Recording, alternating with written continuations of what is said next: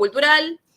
Ya se está grabando, así que simplemente para que lo tengan en cuenta y después si quieren volver a verse, escucharse, es un material interesante. Bueno, les cuento que los momentos de la mesa van a ser básicamente 3.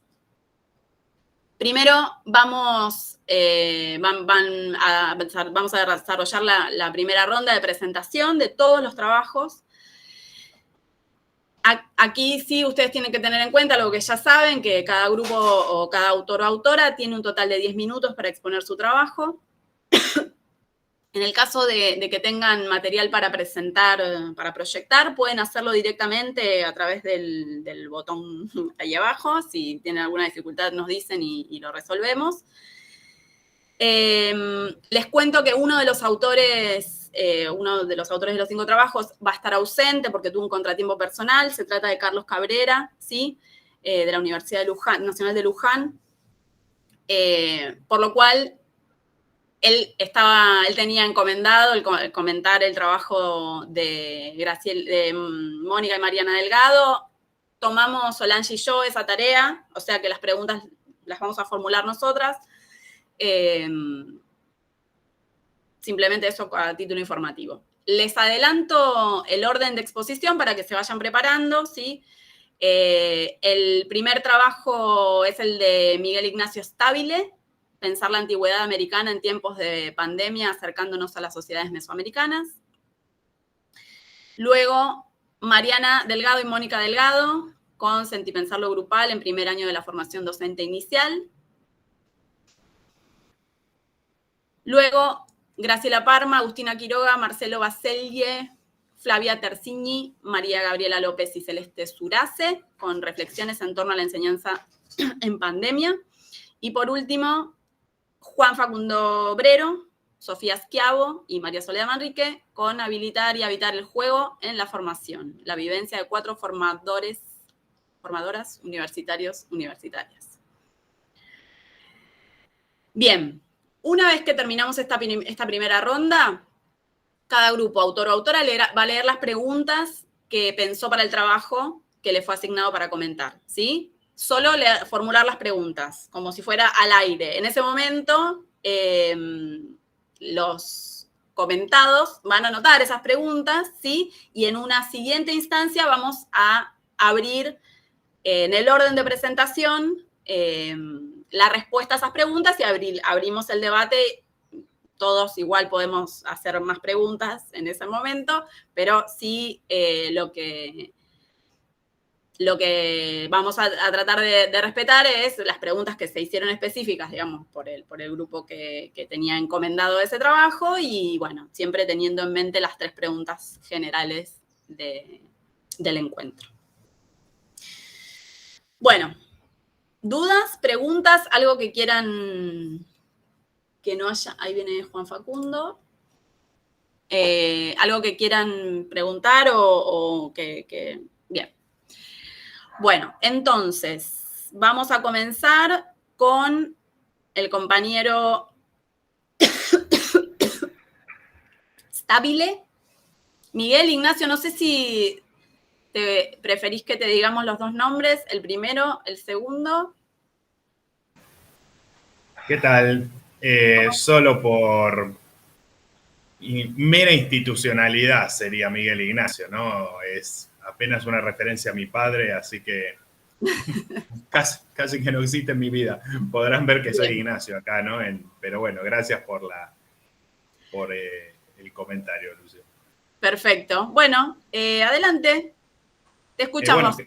Te voy a presentar, perdón que estoy muy desprolija. Te presento la información que tengo de tu trabajo es que vos venís, tu pertenencia institucional es la Escuela Normal Superior número 5 en el barrio de Barracas, ¿verdad? Correcto. Bien. Y como decía recién, el título de tu trabajo es Pensar la antigüedad americana en tiempos de pandemia, acercándonos a las sociedades mesoamericanas. Sí, exacto. Quería aclarar que el trabajo que me toca comentar es el de compañero ausente, así que, bueno, nada, ahí quedó. podemos, si querés, levantar tus preguntas y se las podemos trasladar a él y, bueno, generar un intercambio de otro tipo con él. Bien. Tuvo un contratiempo personal y, bueno, no pudo estar presente. Perfecto. Bueno, respecto al trabajo, en la materia que yo dicto en el Normal 5, es en la carrera de profesorado de educación primaria, es enseñanza de las ciencias sociales 1. Así en esta materia desarrollamos una de las unidades, es pueblos originarios de América Latina. La carga horaria son 6 horas cátedra, por lo cual uno de los principales desafíos que se dio en plena pandemia fue el abordaje horario, ¿no? Es decir, ha quedado reducida fuertemente. Un poco en el trabajo hago una descripción pormenorizada de algunos aspectos, que también fueron unas notas personales en los momentos de los primeros meses de la pandemia, que quizás hoy son recontra normales o la mayoría de ustedes lo ha vivenciado en sus experiencias profesionales, pero bueno, era bastante traumático, ¿no? En ese momento, cómo encarar y reformular esta materia. Y además también un poco cómo tejer red, valga la redundancia, ¿no? Alrededor de lo virtual, cuando teníamos muy poca información y tratábamos de garantizar la continuidad pedagógica, que me parece que cuando pensamos también estas pedagogías emancipatorias, pensar la continuidad pedagógica es un aspecto central, ¿no? Y fue así que a las pocas semanas tratamos de continuar con la cursada, que tampoco había empezado, bien, porque justo cuando se decreta el ASPO recién arrancaba y estaba por arrancar el cuatrimestre. Por lo tanto, hicimos una agrupación de número de celular, empezaron a circular algunas listas, empezaron a circular, en mi caso, realicé un cuestionario sobre accesibilidad a dispositivos tecnológicos, a qué posibilidad también había en los hogares, ¿no? Sabiendo que muchas de las compañeras, digo compañeras porque la enorme mayoría de quienes cursan la carrera son mujeres, lo mismo que la materia, por lo tanto, si había niños y niñas a cargo, si compartían dispositivos, etc. La verdad que todo eso llevó un tiempo importante. El Normal 5 también hizo sus esfuerzos en dar en comodato, por ejemplo, las netbooks que entregaba el gobierno en algún tiempo y las que tenía disponibles para aquellas estudiantes que no tenían accesibilidad. Así que la verdad que en los primeros meses de la cursada en pandemia, porque ahora estamos todos y todas un poco más, ¿no?, pequeños licenciados y licenciadas en informática, ¿no?, prácticamente, y grandes, creo que grandes inversores e inversoras también en todo lo que significa ayornarse y los gastos que hemos hecho, ¿no?, de pagar gigas, nubes, dispositivos nuevos, desgraciadamente. Pero la verdad que en ese momento era todo bastante difícil de tratar de llevar adelante la cursada de ese primer cuatrimestre. Viendo un poco en retrospectiva, creo que hay más de esfuerzo que de contenido dado en sí, ¿no? Y también en lo personal, que creo que no lo puse era una nota al pie importante, es que mi hija tenía 6 meses en ese entonces. Entonces vivimos en departamento y la verdad, mi compañera también es docente universitaria, así que la situación es exactamente la misma que la mía, quizá con más carga, pero bueno, eran los malabares con una bebé, ¿no?, en el medio, y también todos los miedos y lo desconocido que era ese momento de la pandemia. Así que lo que yo propuse en ese entonces de llevar adelante fueron encuentros quincenales en un momento de manera sincrónica y luego sincrónica. A la mitad del cuatrimestre más o menos pudimos establecernos, por decirlo así, y llevar adelante encuentros quincenales vía Zoom. Y una de las cuestiones, yo hablo sobre el abordaje de las sociedades mesoamericanas porque hacemos mucho trabajo con fuentes. Y también pensar las fuentes de la América antigua justamente en el tratamiento, en el abordaje en la primaria, ¿no? Y la verdad que es un momento que lleva mucho tiempo, la interpretación de fuentes. Muchas veces la mayoría de las compañeras y compañeros es la primera vez que accede, por ejemplo, a los códices mesoamericanos, ¿no? El famoso Códice Mendoza que tiene en el centro el águila sobre el nopal, sobre el cactus, que es el símbolo de la bandera de México, ¿no? Un poco también para interpretar y reflexionar respecto a esta conexión entre pasado y presente y cómo los estados nacionales modernos están pensando sus antigüedades. Entonces, todo esto estaba así, recontra resumido, y en ese primer momento también fue pensar, yo lo comento ahí en el documento, diciendo que se comienza a plantear la doble lejanía, ¿no? Porque ahora es virtual, no solamente es esa sociedad mesoamericana antigua, sino que también ahora no estamos un poco cara a cara y develando algunas cuestiones más próximas o tomando el tiempo que requiere el análisis de una fuente compleja, en otro idioma, de otra temporalidad, con diferentes puntos de vista, en un momento mucho más acotado, ¿no? Y una de las posibilidades también que se dio fue poner a disposición la mayor cantidad de plataformas o posibilidades alrededor de las TIC. En un principio grababa, por ejemplo, videos con la computadora, con el Media Player, y eso eran los encuentros asincrónicos, bien, eran las grabaciones de video. Y luego pasé a grabar mediante Prezi Video, que es bastante dinámico, es una buena aplicación, pero son solo 15 minutos. Entonces, la versión gratuita, obviamente, porque la versión paga es bastante cara. Y la verdad que es como súper dinámico, está bueno, es un buen desafío respecto a qué contenidos exactamente o conceptos hay que dar, pero muy abreviado, ¿no? Y por otro lado, abrir el Classroom, un poco también como alternativa al aula virtual. Saben que los institutos de formación docente tienen la plataforma del Infod, pero la verdad que no estaba haciendo las plataformas se convirtieron como en una recontra base a partir del año pasado, fundamentalmente, si bien en un montón de materias e institutos se las utilizaba, tuvieron un protagonismo contundente a partir del año pasado. Bueno, esto estaba como muy desigual alrededor de los estudiantes, ¿no? Algunos no habían entrado nunca, otras personas estaban familiarizadas, pero a partir de algunas materias, y había muchas personas que estaban familiarizadas con plataformas como el Classroom. Entonces, pensé que podía ser una buena posibilidad, inclusive para mí, que no estaba tan ayornado respecto al Classroom, proponer esa plataforma, y a partir de ahí pudimos hacer además una especie de refuerzo alrededor de las fuentes, con la posibilidad de comentar aspectos, dudas alrededor de cuestiones puntuales y también de pensar alrededor de la didáctica, ¿no? de esos recursos. La verdad que ahora es un poco como con el diario del lunes estamos, ¿no? Porque estoy comentando también experiencias que ya han pasado hace un tiempo y que uno vuelve un poco sobre las mismas, y la verdad que yo he reformulado un montón. Todo lo que el primer cuatrimestre del año pasado ahora es radicalmente diferente, ¿no? Si bien tal vez uso algunas de las mismas plataformas, hoy hago encuentros virtuales todas las semanas, ¿no? Ya, además, la niña está más grande, va a la guardería, así que algunas cuestiones están como un poco más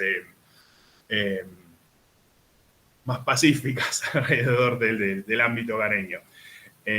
Pero la verdad que ha sido muy interesante cómo nos hemos podido dar los tiempos de reformular, inclusive también, que creo que no lo señalé en el documento, pero me parece también que importante fue para algunos estudiantes y algunas estudiantes la posibilidad de darse los tiempos de entender la virtualidad y el acceso a la virtualidad, porque muchas personas abandonaron la materia, la volvieron a cursar, luego aprobaron, y por otro lado, que ahí sí lo tomo en el trabajo, pensar esta cuestión como de la generación digital, ¿no? Parece como que quedó a partir del año pasado esto que, en el sentido común, todos los pibes y pibas que nacieron a partir de un determinado año son parte de una generación digital, también me pregunto como, ¿qué es ser generación digital? ¿Es tener un celular? ¿Es jugar en red? Porque también no es lo mismo generación digital que alfabetización digital. Entonces, me quedó como resonando fuerte eso, y lo dejé más como picando respecto a esa incertidumbre, ¿no?, que me surgió. Así que bueno, eso es dentro de todo, más allá de todos los inconvenientes y las dificultades que ha presentado llevar adelante una cursada en pandemia y en el contexto mucho más difícil tal vez del año pasado, las respuestas dentro de todo han sido bastante positivas por parte de los y las estudiantes.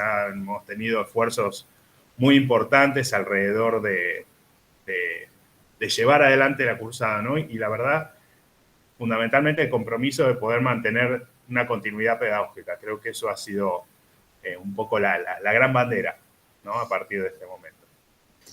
Bueno, estaba por decirte que estabas en el tiempo justo cumplido. Te agradezco tanto. Por favor. Bueno, muchas gracias por tu presentación. Ahora vamos a pasar al turno de Mariana Delgado, del Instituto de Formación Docente Continua de Bariloche, y Mónica Delgado, también del Instituto de Formación Docente Continua de Bariloche, y además perteneciente a la sede andina de la Universidad Nacional de Río Negro. Mariana y Mónica nos van a presentar Sentí pensar lo grupal en primer año de la formación docente inicial. Bienvenidas, chicas, y adelante con su presentación.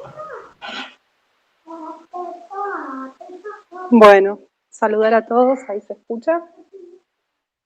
Bueno, un gusto participar junto a Mariana de este espacio y bueno, y también ahí con colegas y compañeros.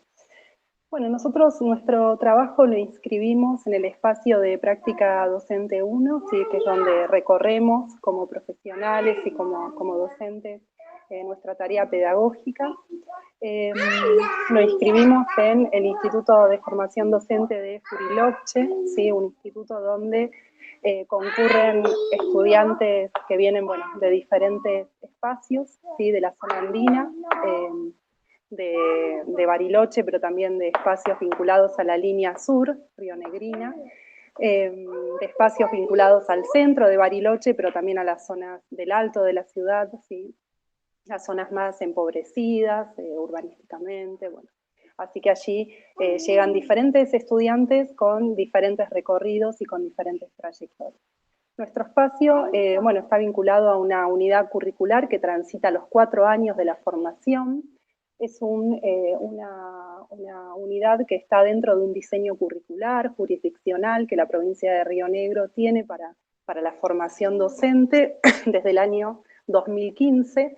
Estos diseños curriculares se van transformando, ¿sí?, a partir de las diferentes decisiones políticas y educativas de la provincia. En este caso es un diseño que está también en convivencia y que confluye con aportes del INFOD, del Instituto de Formación Docente, y bueno, y allí en ese recorrido aparece nuestra unidad curricular. Nuestro espacio es un espacio que, bueno, tenemos que decir que está homologado. Yo soy profesora en el profesorado de Educación Especial con orientación en discapacidad intelectual. Mariana por allí se va a presentar, es del profesorado de nivel inicial, y allí también funciona el profesorado de nivel primario. Para primer año, si nuestros estudiantes en práctica docente 1 transitan por un espacio que está homologado. Eso significa que pueden cursar en cualquiera de las 3 carreras este espacio y que los contenidos, el abordaje y la propuesta educativa es la misma, ¿sí? Cuestión que, bueno, que ha sido todo un desafío de construcción y, bueno, y ha sido un desafío interesante también para transitar junto a estudiantes y a docentes. El espacio curricular, como allí dice, tiene 2 ejes, ¿sí?, donde transitan nuestros estudiantes. Uno que está vinculado, ¿sí?, a la producción de la práctica docente, a reconocer esos procesos subjetivos que tienen que ver con la construcción de la identidad profesional, y otro que está vinculado al ser docente en relación a un docente como investigador, ¿sí?, de la realidad educativa. Bueno, y allí nuestros estudiantes se acercan a hacen un acercamiento inicial a algunos instrumentos y técnicas vinculadas con las metodologías de investigación cualitativa.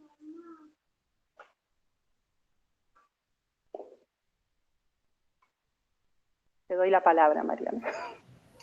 Bueno, en ese recorrido que realizan en este espacio que es anual, nos valemos de un instrumento que consideramos privilegiado y que algunos autores denominan cuaderno de formación, bitácora de viaje, diario de formación, y que justamente lo que busca es llevar adelante un tipo de escritura que algunos autores, sobre todo Jerome Brunner, denominaba epistémico-narrativa.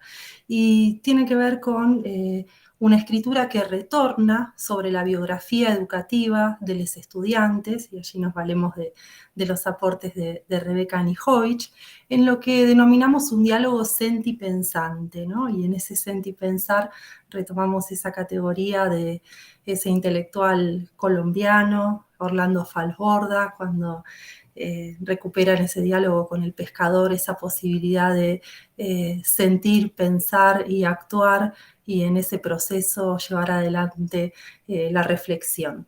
Y lo que buscamos en ese diálogo sentipensante es que los estudiantes de primer año puedan retornar a vivencias subjetivas en la propia formación, en los diversos niveles del sistema educativo, pero no solo aquellas experiencias que son escolares, sino también experiencias educativas, porque como decía Mónica, los estudiantes transitan en el primer año de formación y se acercan a espacios que veremos que adquieren un sentido más amplio que lo escolar.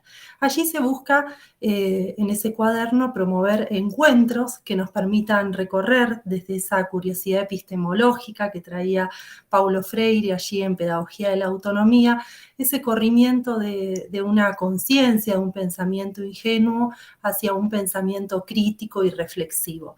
Esta obra es una obra clave para quienes desarrollamos nuestra tarea en primer año y la venimos compartiendo desde hace muchos años con los estudiantes, y vamos allí como recorriendo y compartiendo esas implicancias de la enseñanza, ¿no? Lo que supone enseñar desde las dimensiones que trae este autor.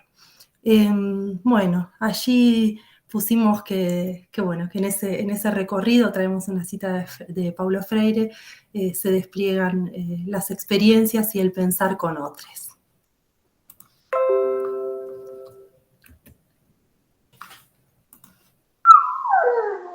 Bueno, esa construcción de lo colectivo en primer año, ¿sí? En este contexto también de pandemia y de cuidado de la salud en 2020-2021, trajo pensar justamente lo grupal, ¿sí? Lo colectivo como estrategia pedagógica y política. Allí, bueno, pensamos que lo colectivo tiene que ver y lo grupal tiene que ver con construcción de espacios alojadores, y en este sentido nuestros estudiantes han recorrido espacios que, como bien decía el compañero, ahí en esos espacios de WhatsApp, de intercambio, también alojaron otras posibilidades más allá de simplemente el mero el estar en la formación, sino también como otros lugares de vinculación para ellos, ¿no? En este contexto tan complejo, para ellos y para todos. También esta idea de, bueno, permite constituirse en marco continente de una educación dialógica, lo grupal, en la que se gesta un lugar de ensayo de la identidad. Ahí recuperamos, bueno, a Medina, un cientista de la educación, que lo recuperamos con los estudiantes para pensar lo grupal, junto también a otro autor que es Salgaba. Lo grupal en lo comunitario, el acercamiento a las prácticas, a la situación educativa, allí recuperamos esta categoría freiriana, ¿no? Y los elementos de esa situación educativa para pensar justamente estos espacios socioeducativos y comunitarios donde se gesta lo colectivo, dijimos ahí donde se torna praxis lo grupal, y reconocemos en esos otros para construir redes vinculares. El acercamiento a los espacios socioeducativos comunitarios. Allí hay una imagen, nuestros estudiantes, como decía Mariana, se acercan no solo a espacios, en realidad no se acercan a espacios escolares, sino que se acercan a instituciones socioeducativas, y aquellos espacios donde aparece, podemos observar el acontecimiento pedagógico, educativo, podemos observar situación educativa y que no son espacios escolares, no es escuela. ¿Sí? Son otros espacios institucionales en la localidad de Huiloche, en Bariloche, y bueno, y que son importantes también para ese reconocimiento y esa construcción, ¿sí? En la formación docente en primer año. Chicas, les quedan 2 minutos, perdón que haga esta introducción. No, allí traíamos algunas voces de lo grupal de estudiantes, ¿no? Que habían como reconocido, aprendieron a fortalecer, a enriquecer, a pensar el grupo a través de los elementos que hacen a una tarea, la comunicación, el compromiso, la solidaridad, la empatía.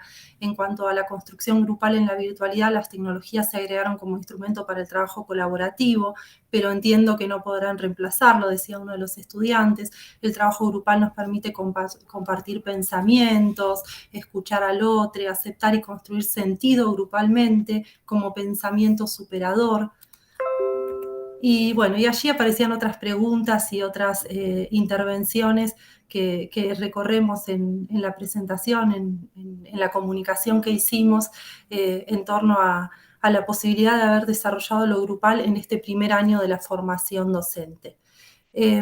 Compartir, como lo hizo el compañero, algunas estrategias que desarrollamos, la elaboración de documentos colaborativos, poder releerse en los foros, las guías de lectura, los espacios de WhatsApp que decía Mónica, lo sincrónico y lo asincrónico, prácticas tutoriales durante el primer año de la formación, los mapeos grupales de estos espacios socioeducativos y comunitarios, y también la conversación con referentes. Y cuando hablamos de conversación hablamos de esas primeras entrevistas, ¿no? El encuentro con esos otros. Y como palabras finales y tal vez de cierre para seguir pensando lo grupal en los inicios de la formación docente inicial, lo grupal que tiene justamente características diferenciales en torno a los recorridos en la escuela secundaria. Sentir pensar no es otra cosa que un buen sentir para un buen pensar, un pensar, sentir haciendo para habilitar umbrales, otros de intervención, vivir la educación, y eso es lo que buscamos en el primer año de la formación docente, en esta construcción, en estos inicios de la construcción de la identidad profesional, como un viaje con otros, junto a otros, ser maestros errantes, como trae Walter Cohen recuperando la obra de Simón Rodríguez. Desde espacios alojadores, como decía Mónica, donde aparezcan esas prácticas del ternurar a lo Martí, ¿no? Y bueno, como desafíos en la formación docente post pandemia, poder retornar y retomar estrategias de reconocimiento que se resignificaron durante este tiempo y que seguramente van a ser puntos de partida para pensar nuestras prácticas docentes como nuestros trabajos también. La práctica docente como ese trabajo en el ser docente. Muchas gracias. Muchas gracias, chicas. Muchas gracias por la presentación y por el respeto al tiempo. Les agradecemos. Bueno, continuamos con el trabajo Reflexiones en torno a la enseñanza en pandemia, se me lengua la traba, que ha sido elaborado por un frondoso equipo que proviene de la Facultad de Artes de la Universidad Nacional de La Plata. El grupo está compuesto por Graciela Parma, Agustina Quiroga, Marcelo Baselle, Flavia Tercigni, María Gabriela López y Celeste Surace. Bienvenidas, entiendo que no están todos, pero creo que son todas chicas las que están, si no me corrigen. Bienvenidas y adelante con la presentación. Hola, buenas tardes. Bueno, sí, efectivamente acá estamos Agustina Quiroga, Celeste Surace y Gabriela López y yo, Graciela Parma, que formamos parte del equipo de cátedra. Esta es una materia que se la cursan estudiantes de cuarto año de las carreras del profesorado de artes plásticas, con las distintas orientaciones, y del profesorado de historia del arte. Es la primer materia que tienen en la carrera de formación docente, el resto es lo compartido con la licenciatura en arte. Para nosotros es como constituye un gran desafío y una responsabilidad en la poca carga horaria que tienen en el programa de estudios, la formación docente. Para nosotros es un desafío, colaborar con la formación de docentes críticos, transformadores de la realidad, y partimos además de una concepción de arte y de educación artística vinculada a entender el arte como una producción simbólica cultural, contextualizada, entendiendo que la producción artística instala valores, juega, digamos, fuerte en la construcción de la sociedad. Y esto implica romper con un montón de paradigmas que están recontrainstalados en relación al arte históricamente.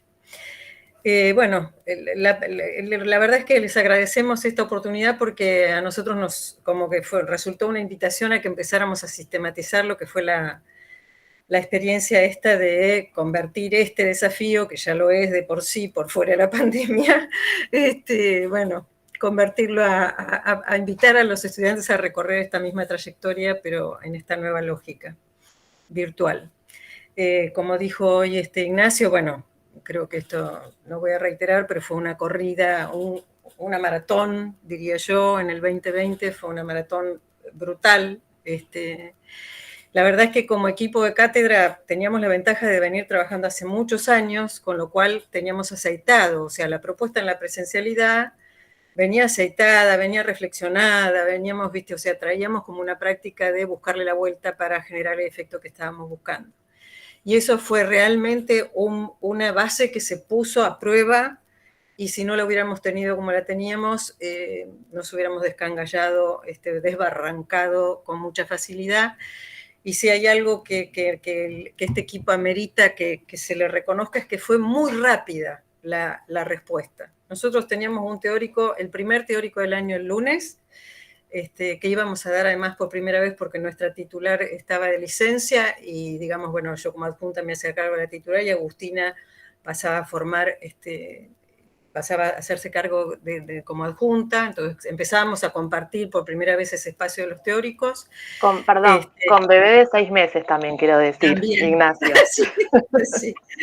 Yo no, por suerte no, eso corríamos con ventaja, los míos ya estaban grandes y no tengo nietos, así que, la cuestión es que recuerdo que el domingo, nosotros el lunes teníamos la clase, y el domingo a la noche la Universidad de La Plata comunicó que se levantaba el espacio presencial.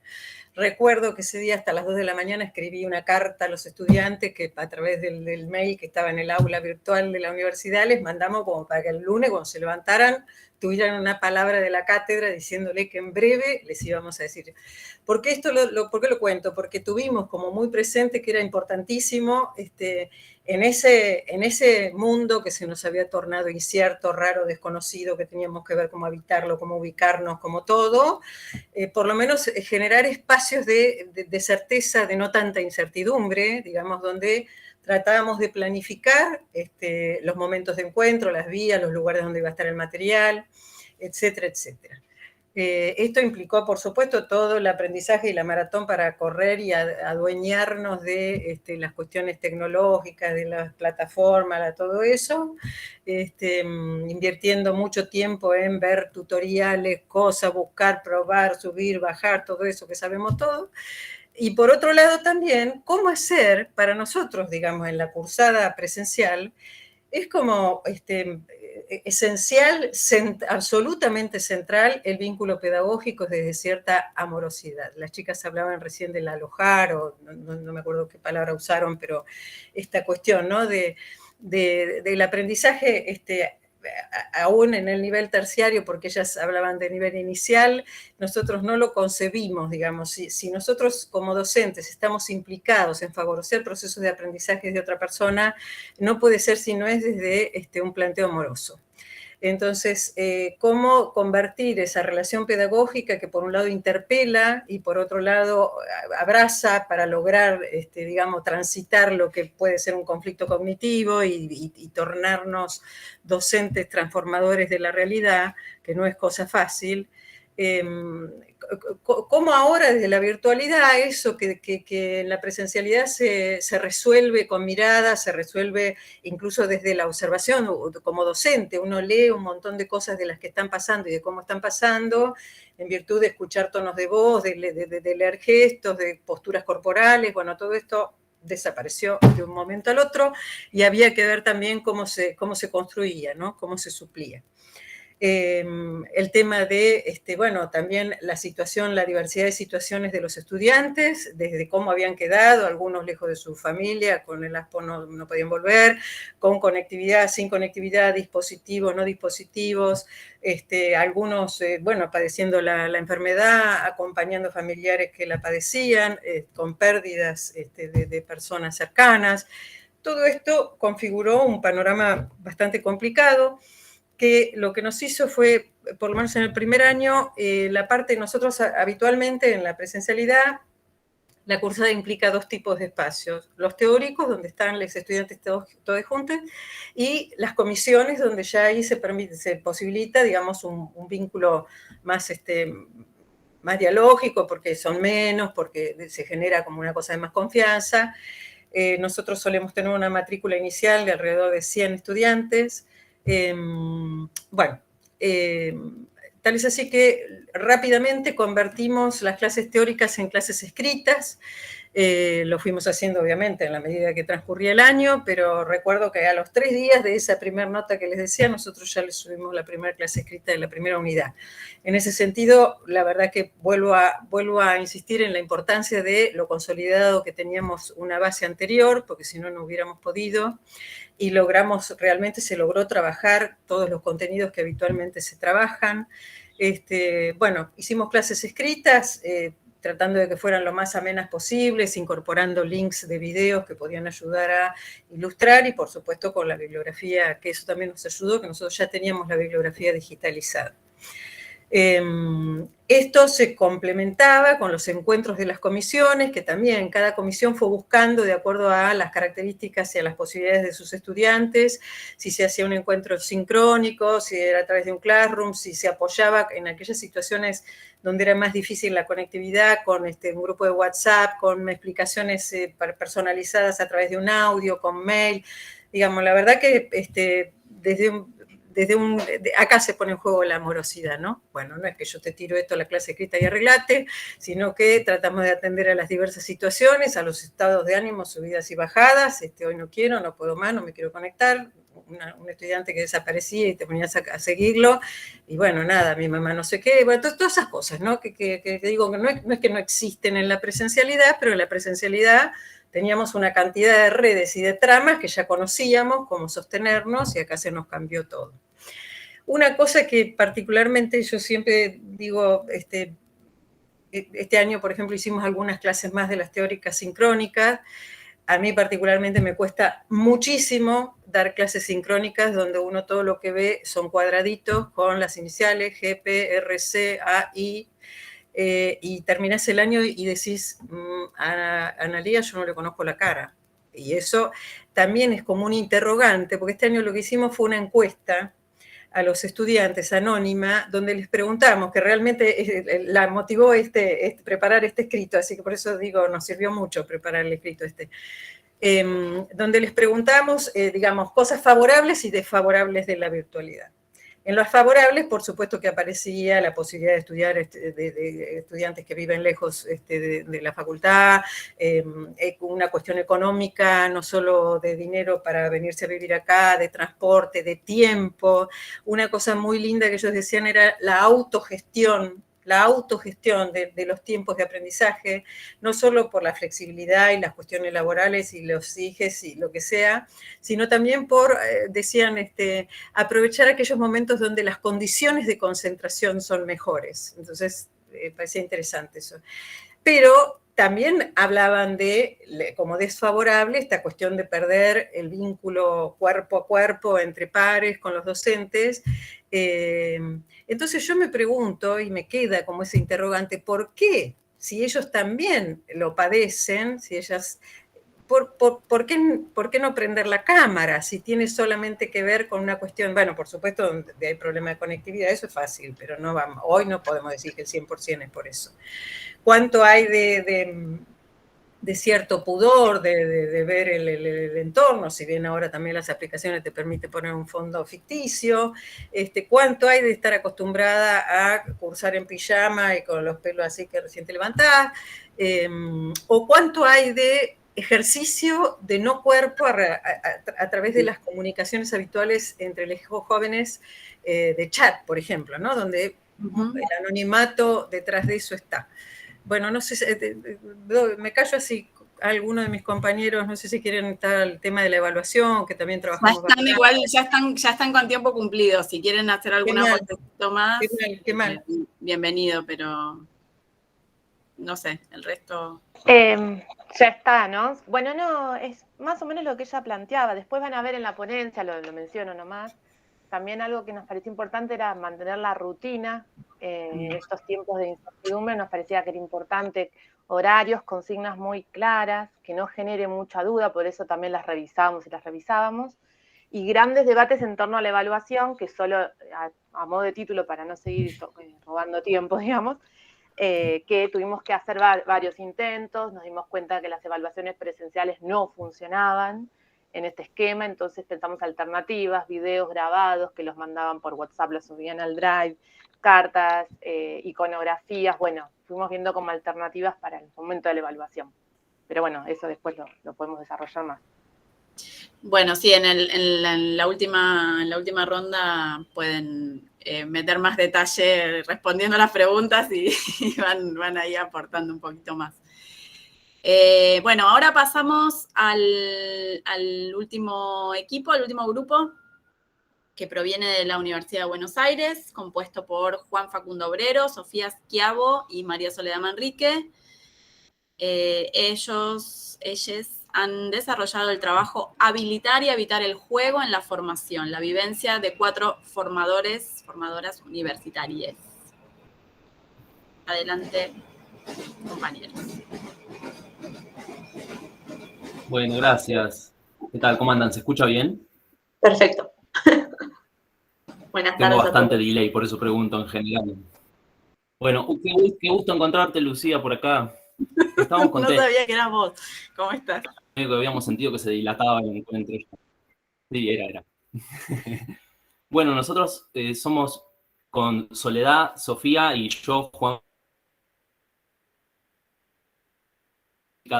de técnicas y estrategias de la acción educativa, se llama la materia, de Filosofía y Letras, la facultad en la Universidad de Buenos Aires. Es una materia del ciclo general de la carrera de Ciencias de la Educación y también hay estudiantes de... Bueno, tenemos distintos roles. Soledad es la jefa de trabajos prácticos y con Sofía hace algunos años que somos adscriptes en la cursada. Nuestra función como adscriptes es relevante y ahora les cuento por qué. De alguna manera coordinamos talleres, que es el convencional espacio de prácticos en la universidad, y una de nuestras principales tareas es realizar el registro y cada encuentro y analizarlo junto al coordinador del taller para pensar las intervenciones del encuentro próximo, ¿no? Y viene el caso contarlo porque de alguna manera miramos y analizamos prácticas docentes permanentemente, es como nuestra función de algún... Por eso decía que es interesante para pensar que quizás desde ahí empieza nuestra motivación para presentar este trabajo y en esta mesa puntualmente. Realmente les cuento a qué se dedica Didáctica 2 para que tengan una idea. Propone una formación en capacidades preprofesionales. Los estudiantes tienen que poder analizar clases o situaciones de enseñanza, ya sea en nivel primario o formación superior con adultos. Recorremos 1 o 2 casos a lo largo de un cuatrimestre, no más. Los estudiantes tienen contacto, todavía no falta contacto con el caso, ya sea observándolo o leyendo un registro. Analizan su propia implicación, viendo de qué manera se sienten involucrados con eso. Y luego analizan la clase desde distintas perspectivas, con la ayuda de ciertas herramientas conceptuales, ¿no? Teóricas. Ahí producen hipótesis interpretativas sobre algunos aspectos relevantes que consideren relevantes de la clase, con la idea de poder presentar una devolución final al docente que estaba en la clase que tienda a mejorar sus prácticas, ¿no? Una devolución que le sirva a ese docente en particular. Bueno, durante el año 2020, dentro del equipo, a hablar sobre el juego asesor. Y se fue armando una propuesta que a lo largo de la cursada invitaría a los estudiantes a desempeñarse, a actuar desde un rol profesional de manera imaginaria, formando parte de un equipo de asesores. Entonces se les mandaba mail, se los invitaba a trabajo, proponían ciertas actividades. Y con Sofía y Soledad nos llamó la atención la denominación que se le dio a esta propuesta, porque tenía realmente en el equipo de cátedra. Entonces nos interesamos en indagar, y este es el centro del trabajo, de alguna manera, posibles relaciones entre el juego y la formación. Nos preguntábamos, la formación preprofesional, universitaria, de adultos, ¿es compatible con el hecho de jugar? Algo de esto fue el motor inicial para el trabajo que decía. O sea, al principio se llamaba habilitar y evitar el juego en la formación, la vivencia de 4 formadores universitarios. Este es un recorte de una investigación que todavía está en proceso, que va a pretender observar los registros de las clases, de 4 talleres, a los docentes y a una muestra de estudiantes de cada taller. Pero en este trabajo el recorte consiste en tomar la conciencia personal de los docentes de cada taller sobre el juego del asesor. Es decir, ¿qué piensan? Algunas de las preguntas que haciendo fueron: ¿encuentran alguna relación entre jugar y formarse? ¿Qué vínculos se establecen entre la persona profesional con el juego? ¿Qué posición adoptan durante el juego en la clase? ¿Qué dificultades advierten para proponerlo y sostenerlo? ¿Podemos relacionar sus vivencias, la de los docentes, y sus concepciones en torno al juego con su posibilidad de habilitar un espacio de juego en clase? Para poder indagar sobre estas concepciones y su vivencia, hicimos... me estoy yendo a la metodología, pero Sofi me muestra el marco teórico. Voy a pasar, Sofi, sigamos y vuelvo a eso. Para poder indagar en esas vivencias, hicimos entrevistas en profundidad con el uso de algunas técnicas proyectivas y analizamos el contenido a partir de lo que creamos algunas categorías inductivas, que ahora se las voy a pasar a mostrar. Nuestro marco teórico está más o menos expresado en el... Vamos para arriba.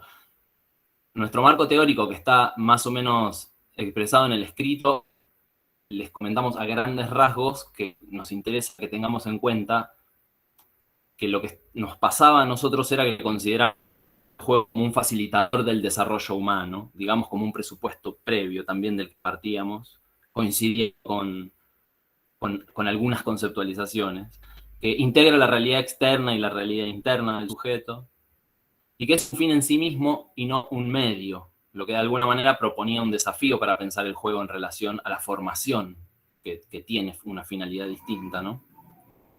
Y por otro lado, pensábamos, al pensar en el desarrollo personal, que tiene lugar a través de un trayecto singular y que implica la mediación de terceros, ya sean personas, ya sean un docente, un par, distintas, por ejemplo, teorías. Con este marco teórico y mirando el juego, entendiendo por juego eso y la formación de esa manera, fue que entonces realizamos nuestra indagación, de las que se desprendieron las principales categorías, que ahora les pasamos a mostrar con Sofi, que fueron: ¿qué concepción de la formación tienen los docentes? ¿Qué concepción del juego y del jugar tienen? ¿Qué relaciones establecen entre el jugar y la formación? ¿Qué pueden decir sobre su relación personal con el juego? ¿Y qué función le asignaban al juego de los asesores en la cursada? ¿Y cuál fue su rol como coordinadores del juego? Esas fueron las categorías con las que empezamos a describir nuestros resultados, que puede seguir Sofi más en detalle.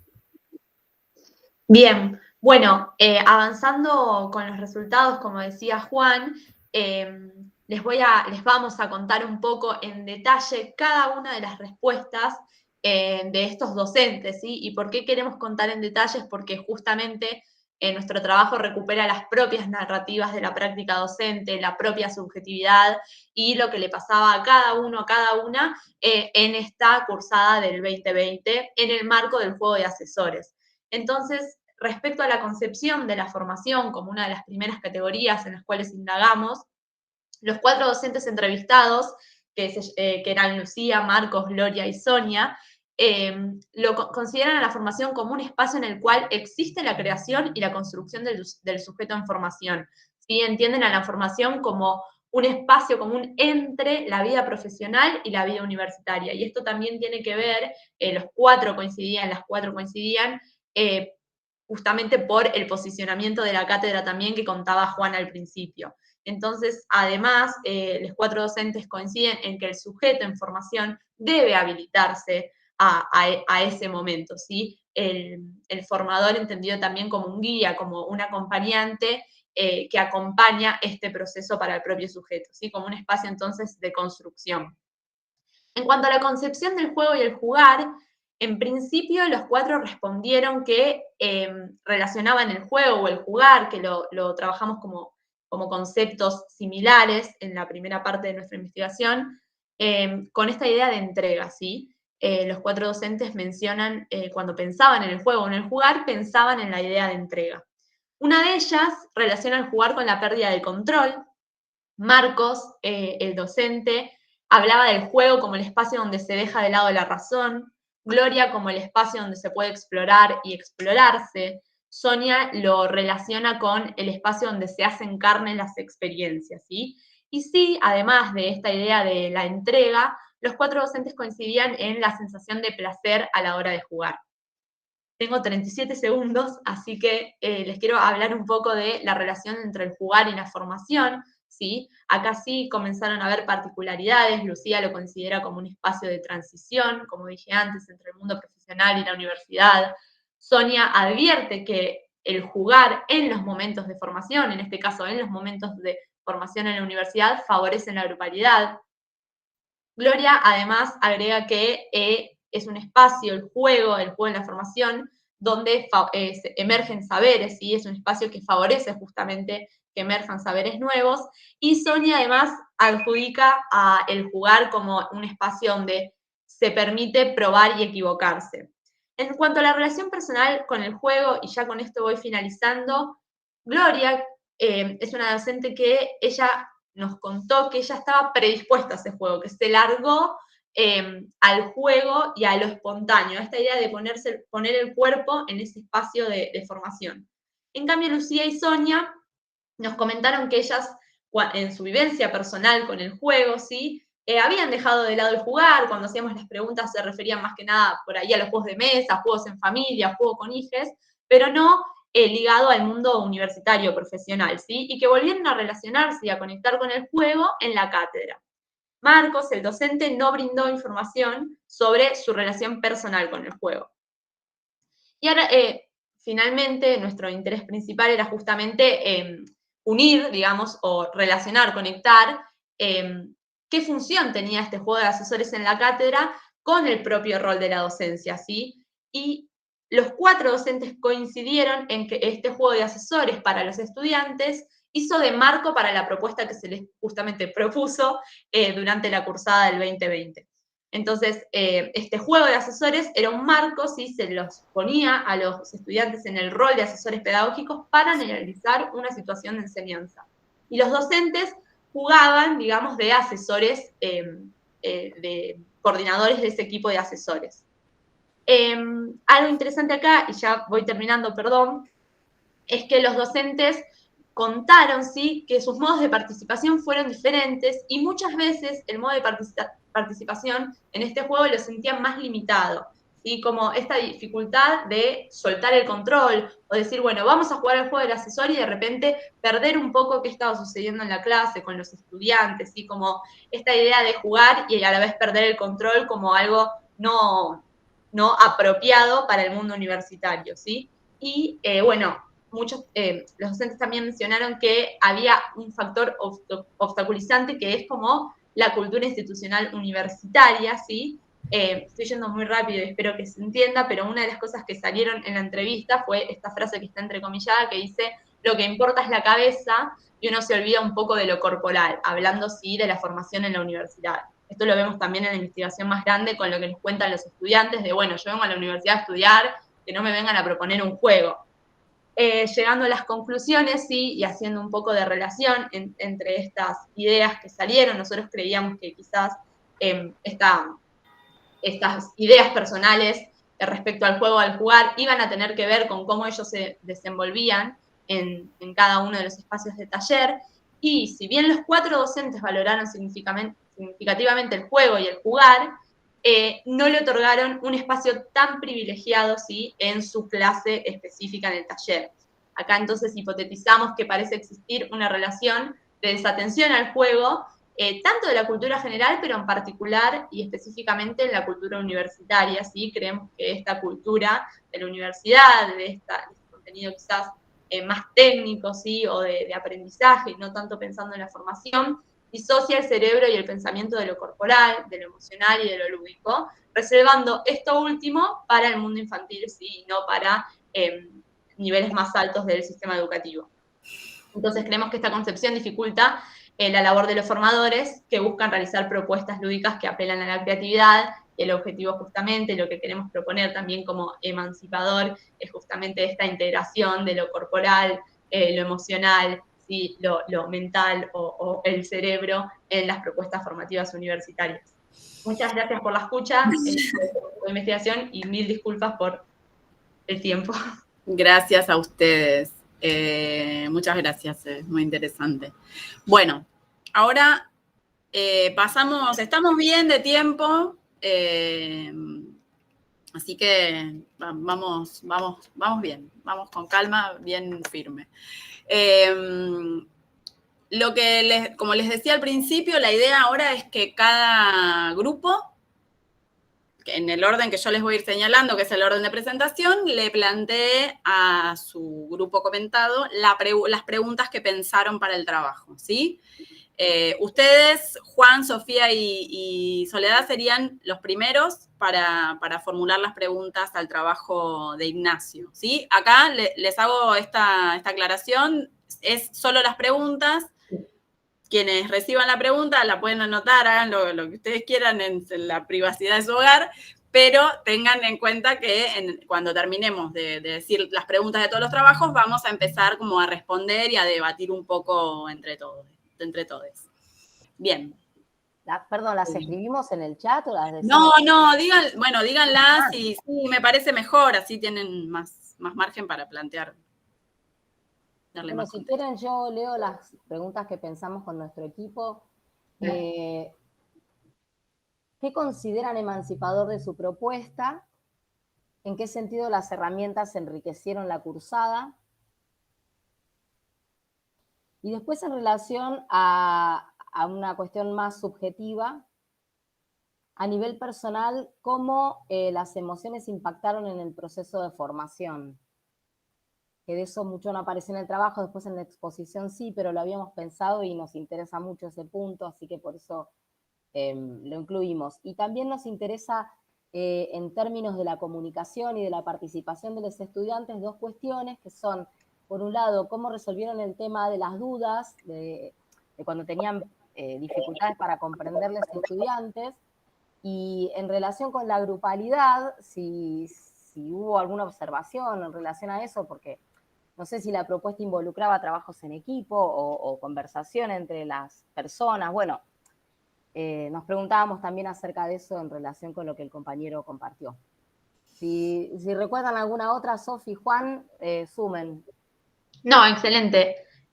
Sobre todo la emocional también la habíamos pensado porque no aparecía tanto en el trabajo, y cuando vos hablaste de esta idea de garantizar una propuesta pedagógica, casi que esto se te escuchaba también con mucha emoción. Digo, como docentes todos tuvimos que garantizar una propuesta pedagógica que de repente se vio interrumpida. Entonces, bueno, ¿qué pasó a nivel subjetivo y cómo eso también impactó en la cursada misma? Así que también Buenísimo, buenísimo, muchas gracias. Bueno, como ya les había contado antes, hay un compañero que no está presente, por lo tanto, Solange y yo pensamos algunas preguntas para el trabajo de las compañeras de Bariloche, que son las siguientes.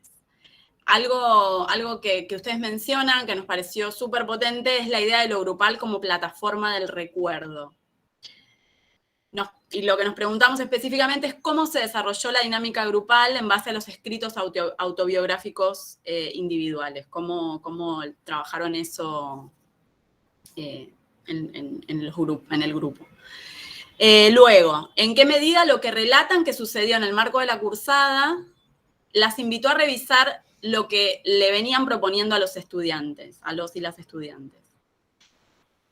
Y, por último, cómo pensaron y cómo fue la articulación que mencionan en el escrito con el campo de la formación general y con el campo de la formación específica.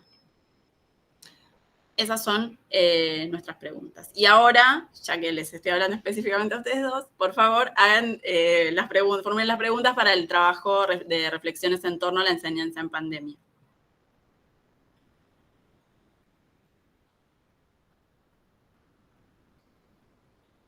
Mariana y Mónica están, sí. Sí, estamos. Perdón, yo tengo la mano derecha con una férula, así que no pude anotar las preguntas, las voy a recordar de una manera. No, pero te las importante. puedo pasar por chat, no te pregunto. Voy a hacer un uso de memoria importante y bueno, y voy a ir, no sé si está Mariana, pensamos, bueno, primero fue importante escuchar que era cuarto año la experiencia, porque nos generó dudas, porque en un momento hablaban de primero y de segundo año en esa formación. Habíamos pensado ahí,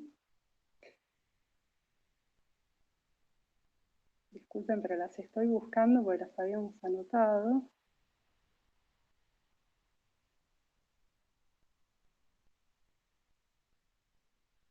Bueno, habíamos pensado en relación, el equipo alude al trabajo en comisiones, a los reagrupamientos, y pensamos ahí qué condiciones institucionales hicieron posible, permitieron esa continuidad, ¿sí? En relación justamente a ese tipo de configuración. Yo también pensé en relación, después de haberles leído, en relación a la construcción del lazo pedagógico, que tiene como un lugar muy importante en ese escrito que ustedes hicieron. ¿Cómo fue esa experiencia pedagógica en términos de retención y de continuidad pedagógica en esos grupos de cuarto año? Pensando en términos de desgranamiento, si los hubo en relación, y justamente porque ustedes, pienso esto del desgranamiento porque ustedes hablan de estrategias y de recursos que son como muy potentes. Entonces, pensando justamente que son estudiantes de cuarto año, ¿cómo fueron esos desgranamientos y pensar ahí justamente qué posibilitaba este cambio de mirada, pensar esas estrategias, pensar esos recursos? Mariana, ¿estás ahí?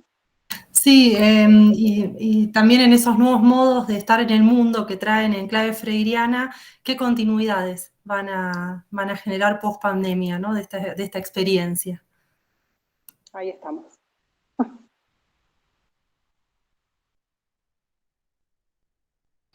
Bien, excelente. Y ahora sí, el grupo de La Plata, perdón que les ponga esta etiqueta, pero son un montón. Sí, ya está. Demasiado democrático. Una banda. Bueno, bien. Yo las voy a leer tranqui y después la copio en el chat, porque nosotras, viste, que hacemos preguntas, a lo mejor va en el mismo sentido, pero son muchas preguntas en la misma, ¿se entiende? Para que vean hacia dónde apuntamos. Hicimos una suerte de comentario con preguntas. Bueno, arranco porque, por un lado, nos disparó, nos quedamos con ganas de más. O sea, a veces es muy reducido, digamos, vieron que son muy pocas páginas, entonces a lo mejor se nos generaron preguntas que en su investigación están contempladas a futuro, entonces, bueno, se los planteamos. Por un lado, ponemos que sería interesante profundizar el recorrido de análisis cruzándolo con la realidad vivida en pandemia y las experiencias de las clases virtuales, ¿sí? Es decir, las clases sincrónicas en las plataformas virtuales o como las hayan podido llevar adelante, habilitaron de alguna manera novedosa las posibilidades de jugar. El hecho de correrse espacialmente de la institución universidad como espacio social e institucional y correr el aula a las plataformas, ¿permitió avanzar en las prácticas de juego o siguió siendo lo mismo? Ese es como un eje. Por otro lado, ponemos que para indagar a futuro, nos parece interesante cuál ha sido la mirada de las y los estudiantes o les estudiantes respecto al juego de asesores, si hay una devolución, cómo ha incidido este juego en su proceso de formación o en su trayectoria formativa. Y por otro lado, tomando la cita que ustedes ponen, esto de que jugar es así fundar un orden o legitimarlo, y en este sentido se opone a la reproducción, remitiendo a lo creativo, es decir, el juego como espacio de creación, sería interesante preguntar a las y los docentes qué ha sido lo nuevo de esta experiencia. Es decir, qué es lo que se logró crear en ese jugar con las y los estudiantes, qué consideran que aporta el juego en la formación universitaria, que es una de sus preguntas generales, hacia qué se orienta, cuál es su sentido, tomándolo, según mencionaron, como un fin en sí mismo, y cómo incide el juego en la pedagogía emancipatoria. Digamos, hay como distintas escalas en las preguntas, pero ahora se los copio para que les quede, ¿sí? Como aporte. Bueno, excelente. Ahora sí, vamos, primero quiero recordarles cuáles son las 3 preguntas generales que organizan las discusiones en todas las mesas. Todas las mesas están atravesadas por estas mismas 3 preguntas, que son las siguientes, que ustedes ya las saben, pero solo a título de refrescar, las voy a decir. ¿Qué vínculos se pueden establecer entre el trabajo y la construcción de una pedagogía emancipadora? ¿Cuáles son los desafíos que el trabajo presenta en relación a esa construcción? ¿Y qué elementos transversales se encuentran entre las ponencias presentadas a partir del trabajo, la experiencia o la reflexión realizada? Entendemos igual que la invitación era que tuvieran presentes estas preguntas en la formulación de las propias preguntas que ustedes ya leyeron recién, así que vamos a estar bien, pero simplemente quería recordarlo. Bueno, entonces vamos a ir respondiendo las preguntas y abriendo en el mismo orden en el que fueron presentados los trabajos, así que arrancamos por Ignacio. Para esto también prevemos un tiempo de alrededor de 10 minutos para que sea justo, digamos. Estamos con el tiempo justo, digamos. Así que, bueno, avanti, Ignacio. Bueno, gracias por las preguntas. A ver, igual anoté un poco y algunas, no sé si me las acuerdo, así que tal vez me las refrescan. Respecto a, me gustó esto lo de la emocionalidad. Me parece que recontra. Estuvo y está presente, pero tal vez tenía, cuando me hicieron la pregunta dije como, ¿cuál es la palabra? Desborde, me parece que es la palabra, del primer cuatrimestre del año pasado. Y inclusive del segundo cuatrimestre, que quizás ya estaba un poco más como establecida, algunas cuestiones de, bueno, esta es la plataforma, tal cosa, pero mucha comunicación por parte de estudiantes diciendo, profe, se murió mi mamá. Profe, me quedé sin trabajo, me tengo que ir a otro lado. Estudiantes que están en otras provincias, creo que los compañeros y las compañeras de La Plata comentaban esto, ¿no? Como que el habitar en otro lugar también, las mudanzas, respecto a la pérdida de trabajo, etcétera. Bueno, complicó bastante.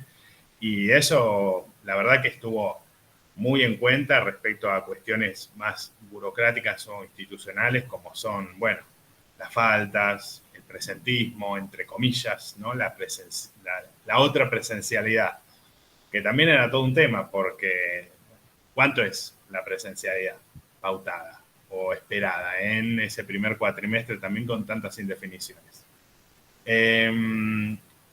Respecto al tema de la grupalidad, que preguntaban sobre si había alguna cuestión pensada alrededor de lo grupal, alrededor de la evaluación, ¿puede ser? Creo que me dijeron, sí. Les propuse, sí, trabajar de manera grupal dentro de lo posible. También previendo que era importante tejer estos lazos, ¿no? Y no pensarlo tanto de manera individual, como, bueno, curso mi materia y chau, sino también tratar, me parece que un re desafío fue la recreación del espacio áulico, recontra desafío de todo este tiempo, ¿no? Y me acordaba con esto de que Graciela decía el tema de las cámaras, ¿no? Las cámaras apagadas, y me parece que ahí hay una cuestión también muy compleja, y lo pienso también en esto de los desafíos alrededor del trabajo y de la realidad nuestra, es cómo recomponemos en la presencialidad nuevamente la construcción, no desde nuestra mirada, sino la ayuda a la reconstrucción del rol del estudiante, que me parece que atravesó momentos muy difíciles el año pasado y ¿no? Respecto a, bueno, ¿qué significa ser estudiante también de una carrera de formación docente, ser estudiante universitario, etcétera? ¿Había alguna más, me parece? Ahí, ver, bueno, Sofía, creo que la primera me olvidé. sí, la de las emociones las dijiste. Bueno, el Sí. intercambio con los estudiantes, ¿cómo fue? Sí. Bueno, y después habíamos dicho esto de las herramientas que enriquecieron la cursada, que eso lo trabajaste bastante en el discurso, digamos. ¿Y qué consideran emancipador en su propuesta? Esa creo que sería como lo...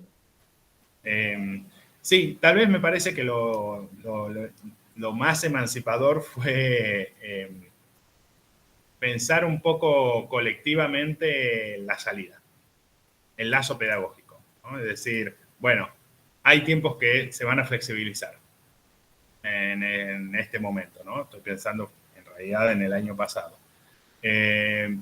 Vamos a estirar lo que antes eran 2 semanas, pasó a ser un mes, ¿bien? De tiempo para presentar una secuencia didáctica que además de un ejercicio recurrente, los profesorados de educación primaria también, que necesita un tiempo, pero que se estiró más de lo habitual. Y respecto a la comunicación, muy diversa, o sea, también como espacios que quizás yo no habilito un WhatsApp, por ejemplo, siempre. Es decir, en la cursada presencial habitual, yo le digo, chicos, chicas, me escriben si quieren, este es mi número de celular. Y eso pasó a ser una parte también del vínculo pedagógico.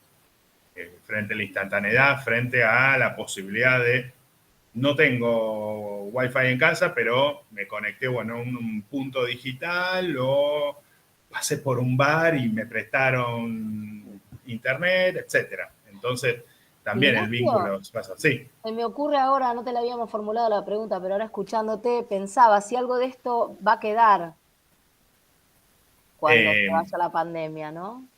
Respecto a cómo... ¿Fue una manera de sobrevivir y creativa o deja algo? No, creo que no diría nada más queda, como la canción de Soda Stereo, ¿no? Sino que algo más queda. Me parece que es recontra, creo que revalorizamos la importancia de la alfabetización digital.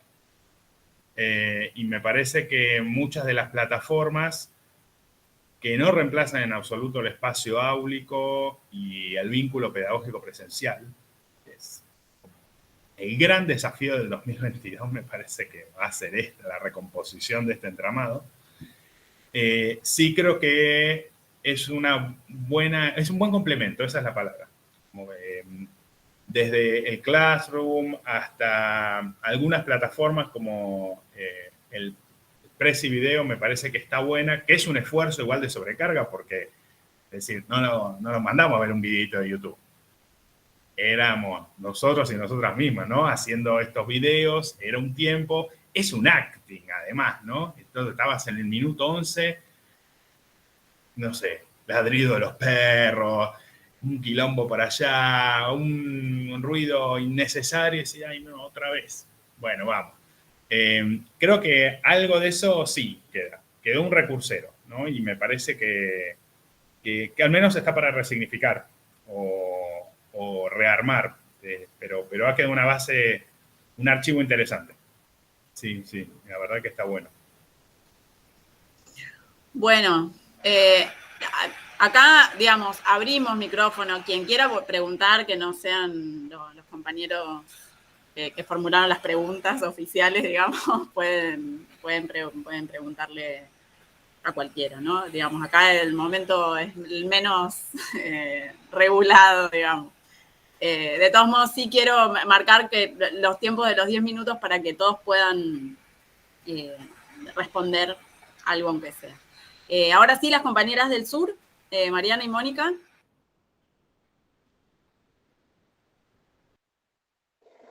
Bueno, ahí gracias, Lucía. Ahí aparecía esa pregunta, bueno, justamente de lo potente de lo grupal como plataforma del recuerdo y el desarrollo de la dinámica grupal en base a esos escritos autobiográficos. Pensamos allí en relación a ese interrogante, bueno, como primero la fuerza de la experiencia de muchos de los estudiantes de la escuela secundaria, ¿no? Lo grupal claramente no tuvo el mismo impacto, si no tuvo la misma construcción y configuración. Hay muchos recuerdos de los estudiantes vinculados a, si se quiere, a prácticas de fracaso en lo grupal, ¿no? Justamente asociadas también a prácticas que son parte de las dificultades, si se quiere, de convivencia que tiene el espacio de la escuela secundaria, ¿sí? Las situaciones de agresión en las que muchas veces se convive. Y en este sentido es como que, bueno, una de las primeras cuestiones que también aparecía justamente al abordar, si se quiere, de modo teórico en Medina, en Algaba, en Souto, esta experiencia grupal, era la posibilidad de encontrarse trabajando con nuevos significados acerca de lo que implica lo grupal, porque justamente tiene que ver con una experiencia tal vez diferente a la vivenciada. Bueno, allí en esa experiencia los estudiantes justamente marcaron como el valor de construcción con otros, ¿sí? La reflexión, esta posibilidad de, bueno, de encontrarse en este contexto de cuidado de la salud y de distancia, encontrarse en un grupo donde, bueno, en primer año pueden compartir saberes, construirlos, pueden generar intercambios que son sumamente valiosos para sus propias trayectorias, pero también para la trayectoria en la formación docente, ¿no? Lo que implica y lo que va a implicar posteriormente trabajar y ser profesional de la educación, ¿no? El trabajo en grupo, sino no poder pensarse de otra manera que no sea en lo institucional y inscripto en lo grupal. Así que ahí esta concepción apareció en esos registros autobiográficos, apareció desde sus propias historias, pero también apareció con fuerza en la potencia de este tiempo donde, bueno, vincularnos tuvo como otras características, ¿no? Como decían ahí, como decía alguno de los compañeros, hay situaciones emocionales que han atravesado este contexto, sí que han sido bien diferentes. Y de hecho han sido complejas para muchos estudiantes, y encontrarse, saber que se encontraban con otros en experiencias que por supuesto eligen, como es la formación docente, cuando uno elige estudiar en educación superior, que en parte elige estar ahí y transitar a diferencia de otros niveles, también los motivaba en eso grupal como de otra manera. No sé si responde, pero ahí por ahí aparecían como situaciones en esas memorias. Bien, no sé, Mariana, ahí. No, quería como por esto del tiempo abordar esa pregunta 2, que en qué medida lo que relatan que sucedió en el marco de la cursada las invitó a revisar lo que proponían a los estudiantes. Ahí voy a ser como súper autorreferencial, pero en el año 2014 terminé una especialización en tecnologías de la información y la comunicación que ofreció el Infod, especializaciones que en ese momento eran públicas y gratuitas para quienes venimos transitando la formación de grado y después de posgrado, y es como que volvieron a revivirse esas experiencias en plataforma. Teníamos las herramientas y la plataforma siempre quedaba en un segundo lugar, y de pronto la plataforma, el foro, la wiki, el portafolio, la biblioteca, los recursos, de pronto teníamos como la parte técnica incorporada, y allí empezábamos a revivir y a resignificar este espacio de práctica docente 1. Y en ese sentido, en primer año, trabajamos con mucha fuerza con las guías de lectura, al estilo Steinman, ¿no? O sea, acompañar en esos inicios de la formación, esas lecturas que a veces son complejas porque son abordajes disciplinares, acompañarlos con guiones, con preguntas, con invitaciones a encontrarse en recursos audiovisuales, en estéticas, Y bueno, y allí, como decíamos, como una suerte de episodios, ¿no? Como en las series de Netflix o de los canales, ¿no? Episodios que iban enlazados, ¿no? Y que se necesitaba como detenerse, encontrarse con compañeros, y bueno, y de alguna manera sostenían, ¿no? Esas guías de lectura sostuvieron a muchos estudiantes, por ejemplo, de Línea Sur, que pudieron a través de un grupo de WhatsApp acceder a ese soporte, a esos PDF, porque no había acceso a la plataforma, no había conectividad suficiente, y accedieron en otro momento, muy desfasados del tiempo que el calendario académico proponía, y pudieron ser parte de la experiencia de transitar un primer año y pudieron dar terminalidad a ese primer año. Entonces esas guías de lectura van a seguir funcionando, han quedado en nuestro repositorio y en nuestro intercambio. Y después había otra pregunta que decía, ¿cómo Ahí, pensaron? Mari, si querés, bien. Si querés avanzo. Sí, porque claramente lo que permitió también esta experiencia de lo grupal, hay que decirlo, en el IFDC de Bariloche en primer año, es intensificar un trabajo interdisciplinar, ¿sí? Es decir, entre el campo de la formación general, específica, y el campo de la práctica, un trabajo interdisciplinar que está planteado, está pautado por diseño curricular, pero si bien estaba prescripto, estaba en la presencialidad, iniciaba o ahí se acercaba a lo grupal, a experiencias interdisciplinares, y creo, y hablo por un grupo también de compañeros, que ese trabajo se intensificó en este contexto, porque como tal vez planteó alguno de los otros grupos que también hemos leído, necesitamos cierto orden, ciertos organizadores, ciertas pautas de trabajo, y creo que lo grupal fue una pauta que nos permitió construirnos también como equipo docente de primer año. Creo que una de las cosas que también dejó este contexto y que deja para seguir pensando es un trabajo mucho más potente y con mucha más potencia, fuerza, vinculada justamente a lo grupal en los equipos docentes, ¿no? En las interarias, teniendo en cuenta también que nuestros estudiantes vienen de un proyecto en la educación secundaria rionegrina y del CBU previamente, y de una historia en nuestra provincia donde lo grupal tiene mucha importancia, ¿sí? Entonces también desde allí trabajamos con estudiantes y con docentes. Eso. Interesante. Bueno, gracias. Sí, responden a las inquietudes que se habían presentado cuando leíamos el trabajo. Y algo que también, que no es parte de las preguntas, o bueno, sí de alguna manera, pero que es muy específico y que yo también he vivido este año y el año pasado con mis estudiantes de primer año del profesorado, es cómo... Quizá acá abro un mundo, pero bueno, porque aparte puede responder otros que también usan esta estrategia. ¿Cómo hicieron o cómo hacen para que los estudiantes se apropien de la escritura, ¿no? Digo, ¿cómo ablandan ese auto? ¿O qué dirían?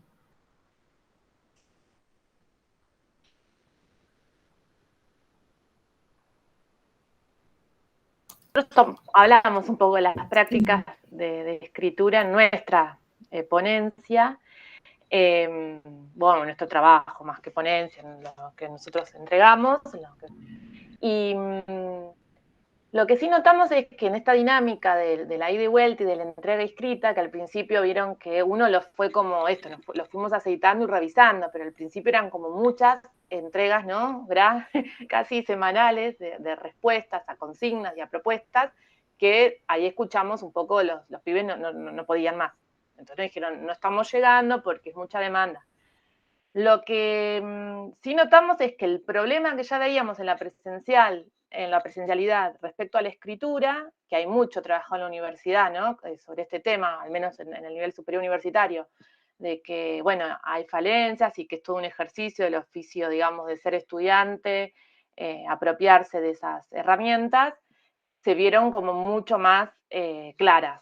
O sea, digamos, porque hay muchos, el único método, digamos, de entrega o de evolución a la clase era el escrito.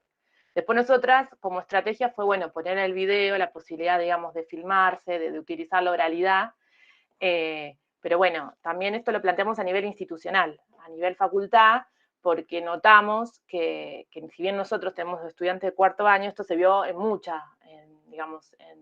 la pandemia, como la necesidad de reforzar desde lo institucional las prácticas o las cuestiones en relación a la producción de textos. Pero bueno, nos excedió un poco como cátedra en sí, digamos. Claro, claro. Bueno, ya que tomaste la rienda, pueden avanzar con la respuesta a las otras preguntas. Sí. Y avanzamos. Capaz que lo hacemos mezcladito. No, primero aclarar, nuestra materia, Fundamentos de la Educación, está en cuarto año, pero cuando dijimos que es un primer y segundo año, los y las estudiantes que van a graduarse como profesores tienen solo 2 años de formación pedagógica. En otras carreras creo que tienen 4 años o 8 materias, o es mucho más entrecruzado. Acá recién en cuarto año tienen fundamentos psicopedagógicos de la educación y en quinto didáctica. Por eso hablamos de que es un primer y segundo año de la formación docente. Pero ellos están en su cuarto año universitario. Comparten con la licenciatura y ahí es como que optan materias.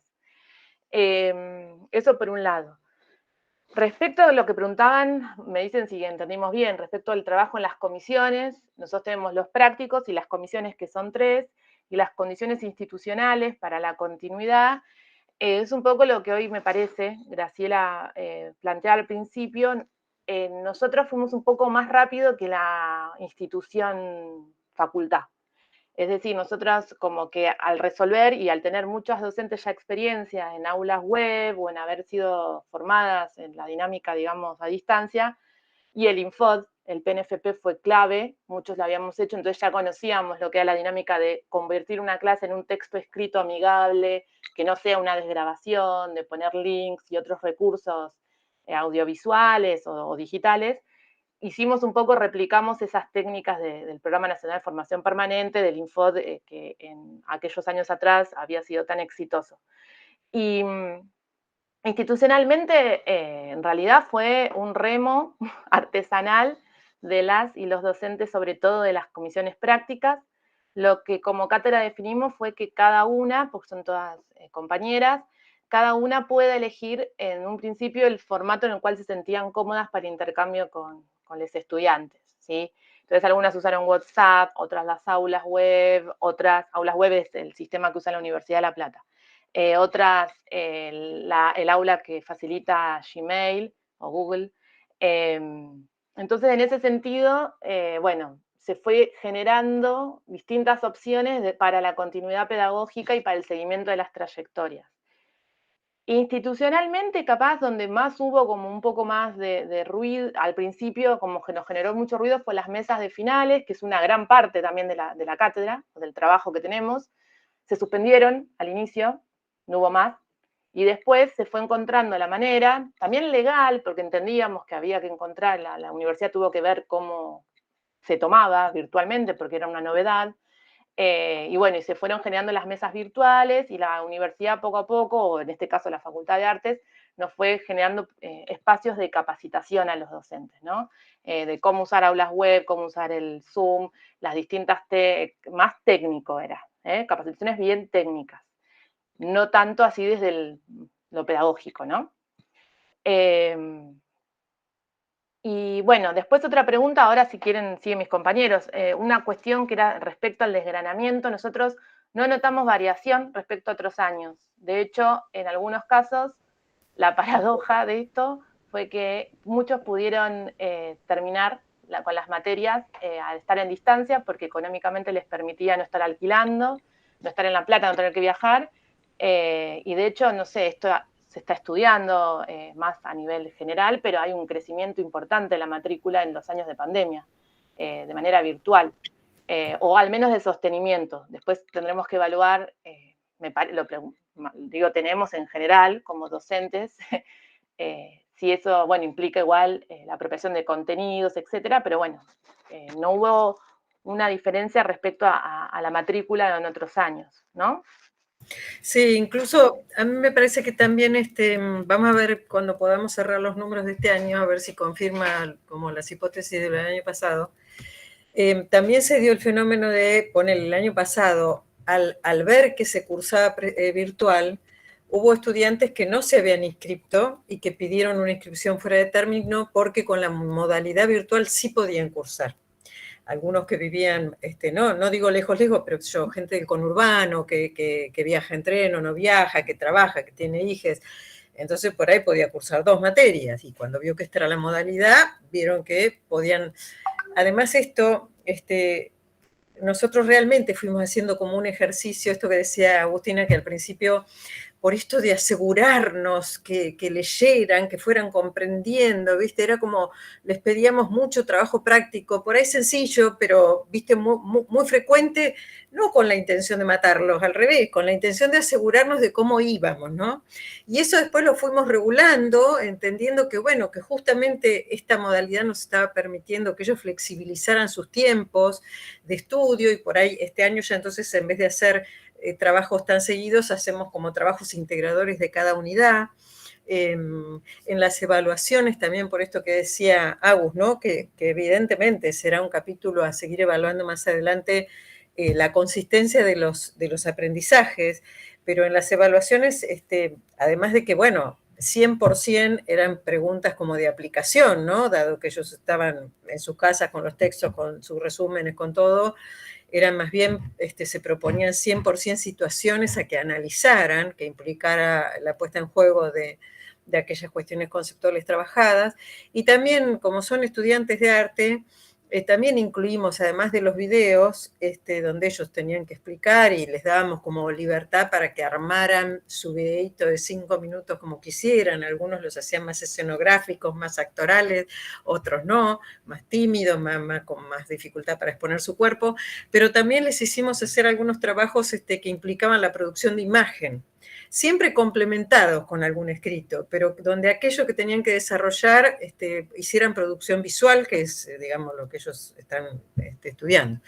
Y esas cosas me parece que tuvieron que ver, y realmente hubo un trabajo como artesanal, de, si bien por ahí la regla general era, bueno, nos conectamos tal día, tal hora, qué sé yo, pero después hubo un trabajo artesanal de seguimiento a estudiantes y de buscar si era por WhatsApp con esta persona, ¿no? Así como decía, tampoco es que se dieron los números de teléfono abiertamente, pero Marcelo Baselle, que está aquí, que es jefe de trabajo práctico, en alguna situación donde había algún estudiante con alguna dificultad particular, porque ese también es otro temón no exclusivo de la virtualidad, cuando llegan a 4º año estudiantes que vos ves que tienen como algunos niveles de dificultad de comprensión, decís, ¿cómo llegamos hasta acá? ¿No? De golpe yo me lo encuentro en el profesorado, y ¿qué hizo la institución? ¿Cómo se trabajó esto? ¿Cómo es que fue pasando? Entonces decís, bueno, pero hoy lo tengo yo como estudiante, ¿qué hacemos? ¿No? Entonces en ese caso habilitamos un seguimiento recontrapersonalizado de Marcelo, donde ya no trabajaba tanto, o sí trabajaba en las comisiones, que en la comisión con el ayudante o la ayudante, pero Marcelo hacía un seguimiento muy, muy, muy particular para tratar de superar esas dificultades. Y después, me parece que en lo de la continuidad impacta esto que para nosotros es central, que tiene que ver con esta cuestión de cómo el deseo puesto en juego por parte del docente en su tarea de enseñar tiene que enlazar, para usar el término de Perla Sermanovich, cómo enlaza el deseo del estudiante. Y eso implica escucha, eso explica realmente tratar de meterse en la trayectoria y en la historia de ese estudiante, y bueno, ir construyendo desde ahí. Eso me parece que es central, infalible. O sea, puede haber cuestiones por las que un estudiante, pero capaz que tienen que ver con su propia construcción. Y lo último que nos preguntaron en relación a qué continuidades, cómo pensábamos la pospandemia, estamos justamente en eso. Si bien esperamos a ver cuáles son las definiciones, porque ya anunció la facultad que el año que viene se empezaría presencialmente, pero nos interesa a nosotros como cátedra, y tenemos justamente ahora pautada una reunión para ir puntualizando, si bien, digamos, después de esta experiencia, ¿qué nos parece que sería ideal, ¿no? ¿Cómo pensar una bimodalidad donde pueda existir la estancia 100% presencial, o donde también podamos ofrecer una instancia semipresencial para ayudar a aquellos estudiantes que de la manera presencial no pueden no pueden estar en la universidad. Entonces, bueno, estamos en ese desafío de poder sacar en limpio y sistematizar un poquito qué cosas podríamos rescatar para pensar una nueva modalidad. Sí estamos convencidos que la vuelta a la presencialidad el año que viene no puede ser igual a antes de esta experiencia, y además que cómo podemos abrir la oferta educativa en su modalidad para favorecer una mayor inclusión. Bueno, muchas gracias. Juan, Sofía, Sole, ¿quieren responder? Bueno, nos hicieron un montón de preguntas y tuvimos algo de tiempo para pensar mientras escuchábamos. A mí eso me distrajo un poco, debo ser honesta. Pero bueno, yo en principio tomaría de todo lo que nos preguntaron. Voy a ir tomando algunas cosas y interrúmpame, Sofía y Juan.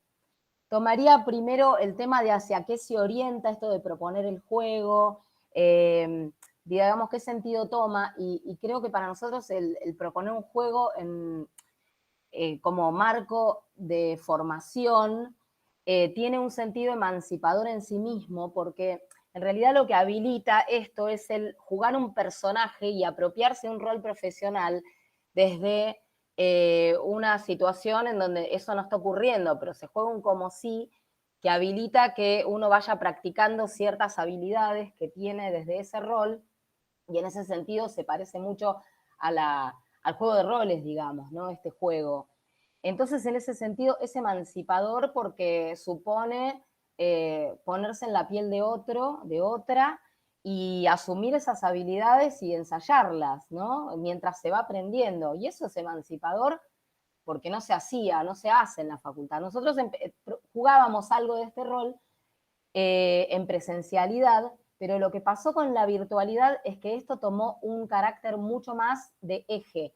Es decir, nosotros jugábamos, o sea, ellos hacían un análisis de una situación de enseñanza que era real, pero que estaba transcrita o grabada en video para que la vieran, pero después no había una devolución verdadera al docente. En la virtualidad tampoco la hubo, pero sí lo que hicimos fue hacer todo el trabajo durante el cuatrimestre pensando que a ese docente le íbamos a hacer una devolución y que después iba a haber una instancia de devolución que la hubo, ¿sí?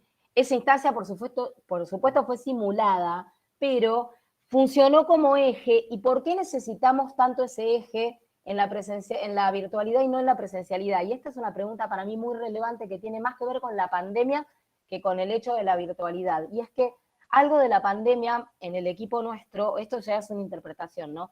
Pero funcionó en el sentido de hacernos la pregunta de ¿para qué estamos enseñando esto? En una situación tan crítica que el mundo parece que se está cayendo, ¿no? Como lo vivimos el año pasado. Nuestra materia, ¿qué tiene para aportar al mundo? ¿Realmente tiene algo relevante para darle a esta gente que está pensando en la vida y la muerte y nosotros estamos hablando de analizar una clase escolar? O sea, la pregunta era, tenemos que sostener el valor que tiene el análisis. Y el valor del análisis realmente cobra totalmente sentido cuando uno piensa que ese análisis sirve para que eso ilumine el quehacer de otra persona, que entonces al verse trabajando va a poder transformar algo de lo que hace. Y eso siempre rigió nuestra tarea, pero en este caso fue muy importante que fuera algo rector, que quedara claro desde el comienzo con los estudiantes, y por eso desde el día 1 fue lo que se constituyó como eje. Bueno, vamos a asesorar, tenemos algo para aportar al mundo. Empezamos por ahí. Tal vez en la presencialidad no empezábamos la materia por ahí. Vamos a aportar algo al mundo. ¿Y qué vamos a aportar? Vamos a funcionar como espejos del otro. Vamos a situarnos junto al otro para que el otro pueda ver algo de sí. Y bueno, y el juego del asesor funcionó en ese sentido, y funcionó en ese sentido para las docentes. Esto es lo que nosotros en el trabajo tratamos de presentar, que es la mirada del grupo de docentes. Yo soy la JTP y Sofi y Juan son adscriptes. Les preguntamos a las docentes cómo había sido, no lo que a mí me hubiera gustado que hubiera sido. Después a los estudiantes les preguntamos y tenemos todavía en análisis esas entrevistas que vamos a aportar con un trabajo posterior para ver cómo funcionó efectivamente con los estudiantes. Pero los docentes tuvieron muy claro que era importante el para qué se analiza. Y el para qué se analiza se entendía todo el tiempo volviendo recurrentemente con este análisis vamos a construir una forma de devolverle al grupo de docentes. No es solo un análisis para, bueno, aprender las categorías, para aprender a mirar solamente. Había que dejar muy claro que había que accionar sobre la realidad. No sé si quieren agregar algo a esto, Sofi y Juan, para no tomar la palabra así y subirme. Sí,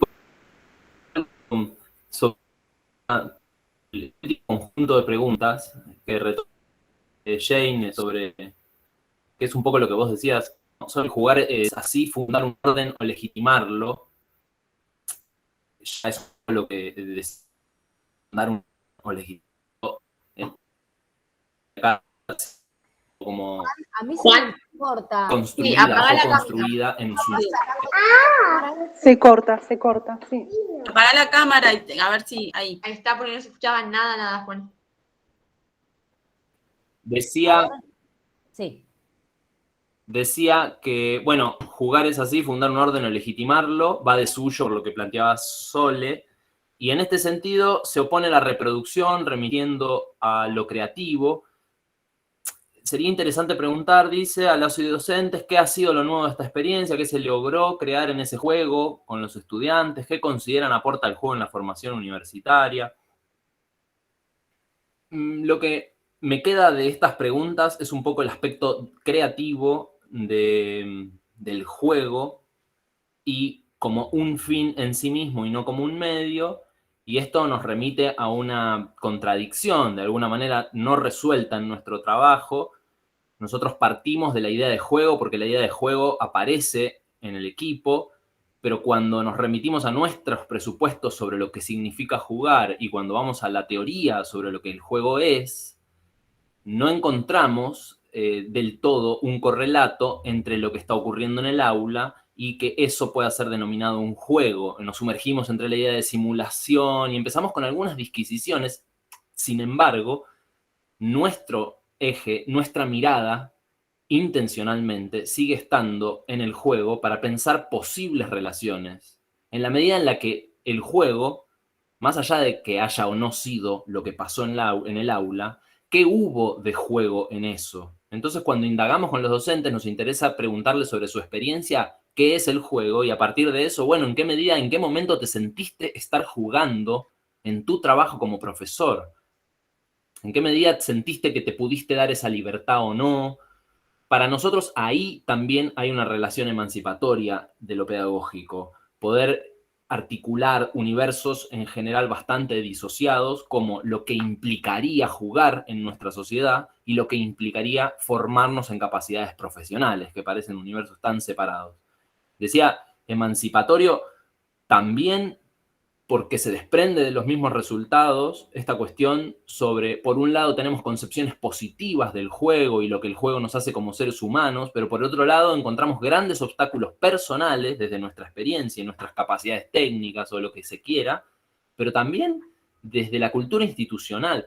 Y en este sentido digo emancipatorio porque, bueno, nuestra facultad es la Universidad de Buenos Aires, en donde estamos, una universidad centenaria que responde a legados tradicionalistas, y estar hablando de jugar en el aula y preguntándonos de qué manera podemos sentir que estamos jugando mientras nos formamos profesionalmente, nos parecía interesante, que podríamos estar en camino de aportar algo novedoso, sobre todo para la experiencia docente, ¿no? Para la práctica docente. Acá voy a traer, perdón, una cosita, que las docentes señalaron que muchas de ellas se habían desconectado del juego, habían tomado... Ellas consideraban que jugaban hasta que empezaron a estudiar, más o menos, y citaban cosas como, bueno, que hacía teatro, que hacía no sé qué, y ellas consideraban esos juegos, y que después, durante sus estudios, abandonaron esas prácticas, pero que en la cátedra las retomaron. Entonces, algo de lo lúdico, evidentemente, se está moviendo, es como dice Juan, para seguir pensando, pero ellas sienten que recuperan algo de lo lúdico, y nosotras estamos de acuerdo con esta idea de que si una no juega, no puede promover el juego. O sea, ¿cómo estaríamos haciendo que jueguen los otros y nosotras no? O sea, en ese sentido, ¿no? No sé, Sofi, si querías decir otra cosa. Sí, dos cosas. Agarro esto último que te dije, por eso las invitamos a leer la investigación más grande cuando esté terminada, porque la idea justamente es esto que dice Sole de la invitación a jugar. Bueno, ¿qué pasa con los estudiantes donde la docente o el docente se sintió entregado a ese juego y jugó y dice que propuso o posibilitó, entre comillas, el juego durante toda la cursada. Entonces, ¿qué pasa con esos estudiantes y qué pasa con aquellos docentes que se sintieron más limitados, ¿no? Entonces, por eso también la mirada de los estudiantes nos interesa también, y esta concepción que tienen de, bueno, ¿para qué van a la universidad, no? También es una pregunta que les hicimos como, bueno, esto que traía Juan también, como de una idea más tradicionalista de que, bueno, el juego está en el nivel inicial, cómo va a estar en la formación universitaria. Entonces, tratar de romper un poco eso, y también lo loco que los docentes, los cuatro, hablaban del juego como una situación placentera, pero cuando estaba dentro del aula, 2 de ellas la nombraban como una pérdida de control, como algo que se les salía de lo que tenían que hacer. Entonces, muy loco eso también, porque, bueno, si estás jugando y es placentero, ¿por qué te pone como nerviosa la pérdida del control? Nada, para nosotros creemos que está interesante, es una experiencia mínima, ¿no? De 4 docentes en una cátedra, en un espacio, pero la idea es, bueno, poder ampliar un poco más esto también con la investigación para los estudiantes.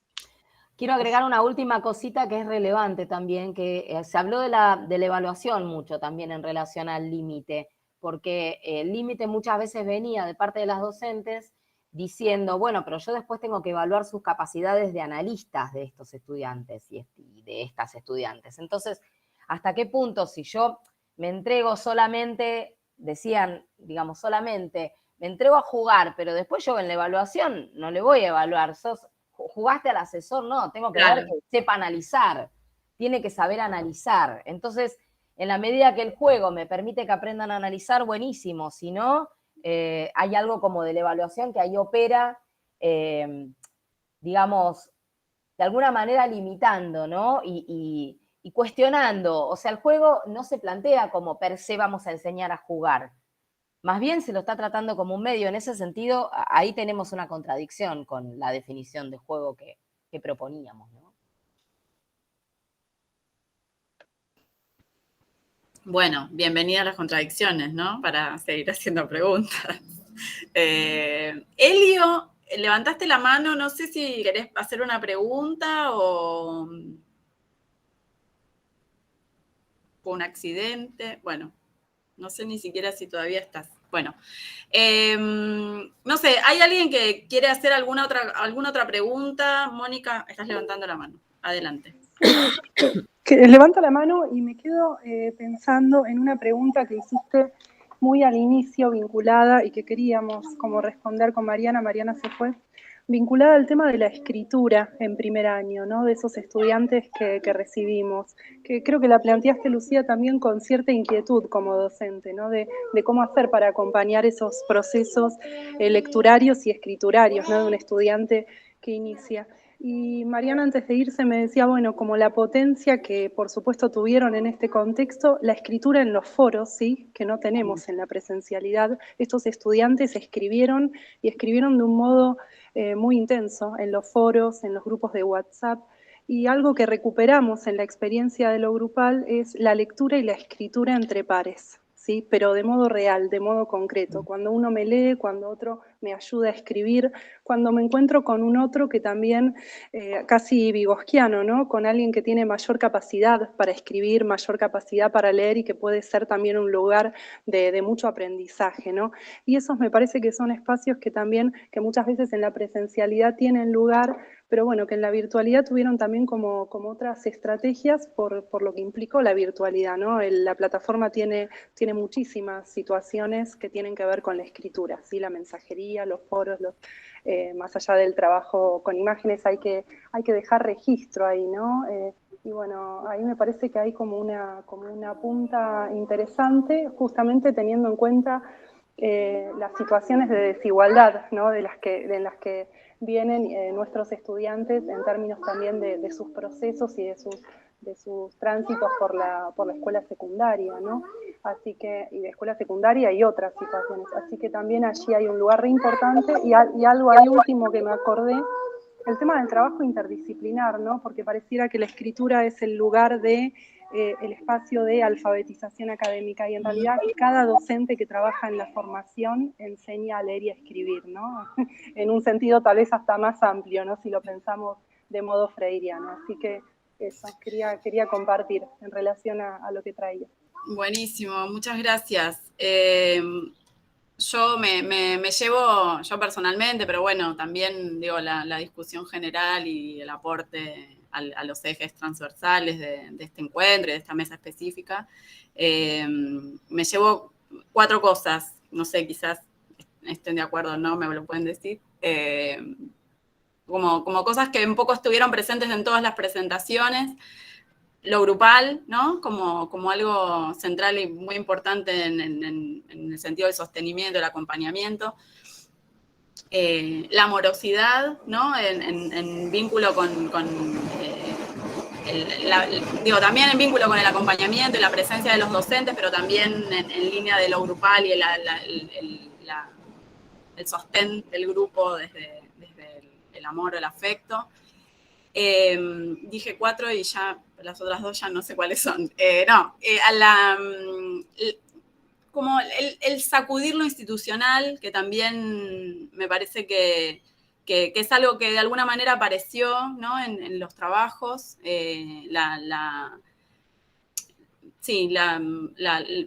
Como la puesta en cuestionamiento de algunas reglas, algunas lógicas propias de la organización educativa en la que cada uno desarrolla su trabajo, que me parece que es importante y que claramente lo que está sucediendo viene a invitarnos a que alguna pregunta se formule en torno a esto en relación al cotidiano de nuestro trabajo. Y quería decir una más que ahora sí me la olvidé, y como el tiempo ya estamos repasados, creo que podemos ir cerrando, a menos que... María, perdón, capaz que era esta, a ver si es. Algo relacionado con que dijo Graciela también en relación al deseo y al sentido de lo que hacemos, ¿no? Sí. Creo que algo de eso circuló, Totalmente. Lo vi en varias de las presentaciones. Me sentí muy identificada con lo que dijo Graciela de enlazarnos con el deseo del estudiante, y el deseo muchas veces tiene que ver con la posibilidad de aportar a la comunidad. La gente de educación está muy orientada a eso, o sea, y entonces, bueno, engancharnos ahí, ¿no? Donde podemos sumar algo. Así que creo que eso sí estuvo presente. Sí. Es algo importante. Sí, totalmente. Totalmente. Bueno, muchísimas gracias a todas, a todos, a todes. Después los invitamos, por supuesto, a que participen del resto de las mesas. Les invitamos a que vengan mañana al CCC, al cierre, que con pompas, luces, todo. Serán muy, muy bienvenides. Y bueno, seguimos compartiendo, todos y todas quienes participaron en la elaboración de los trabajos van a recibir el certificado. Nosotros, como les decía al principio, promovemos prácticas distintas en clave congreso, pero el certificado corresponde y se va a acreditar el trabajo presentado y este intercambio, así que eso eventualmente les llegará por mail. Y nos mantenemos en contacto. Entiendo que tienen el contacto de Solange porque era ella la que les escribía, pero bueno, conmigo también pueden hablar. Muchas gracias. Una pregunta, Lucía. Sí. Veo que está grabando. ¿Esa grabación será para uso interno del CCC? ¿La compartirán de alguna manera? Mira, entiendo que se va a subir a las redes lo que se está grabando. Todas las mesas se están grabando, así que si eso llegara a no suceder por algún motivo, lo ponemos a disposición de todos modos para ustedes, esta grabación. No tengo tan claro. Sé que hay algunas mesas que se están transmitiendo en vivo, esas quedan en el Facebook del Centro Cultural o del departamento, pero bueno, llegado el caso podemos... Si efectivamente es como yo lo estoy imaginando y como está previsto que se suban a las redes, les podemos compartir por mail el enlace de esta mesa para que lo tengan a disposición. Bueno, muchas gracias a todos. Muchas gracias a todos. Chao. Muchas gracias. Hasta luego. Adiós. Hasta luego. Todos, gracias. Adiós.